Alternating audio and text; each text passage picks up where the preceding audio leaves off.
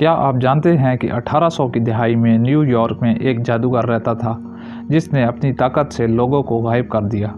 इसका नाम था द ग्रेट जेपी और इसने अपनी ज़िंदगी में जो कुछ भी किया आज भी उसके राज सबको हैरान कर देते हैं। तो चलें इस पुरस्कार और खौफनाक कहानी में घुसते हैं।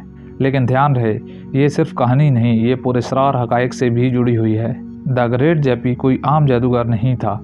ये शख्स अपनी हरकत से लोगों को हैरान और खौफज़दा कर देता था। हर रात वो न्यूयॉर्क के थिएटर में शोज़ करता, लोगों को बुलाता और फिर उनकी आंखों के सामने बड़े जानवर, लोग, सब कुछ गायब हो जाते।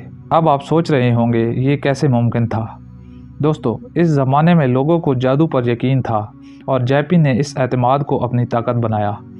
और सबसे खौफनाक वाक़या वो दिन था जब इसने एक साथ 1500 लोगों को गायब कर दिया। अब ये सोचें, आप थिएटर में बैठे हैं, अचानक जेपी कहता है आंखें बंद करें और 1 से 10 तक गिनती करें। सब लोग धीरे धीरे गिनते 1 2 3 4 और जैसे ही वो 9 तक पहुंचते हैं सब गायब। बस आपकी आंखों के सामने हर चीज़ गायब हो जाती है और जो लोग बचे उन्होंने देखा कि जेपी स्टेज से भाग रहा है। फिर क्या हुआ? लोग परेशान, खौफज़दा और पुलिस भी कुछ ना कर सकी। अब सोचें, अगर आप वहां होते तो आप क्या करते?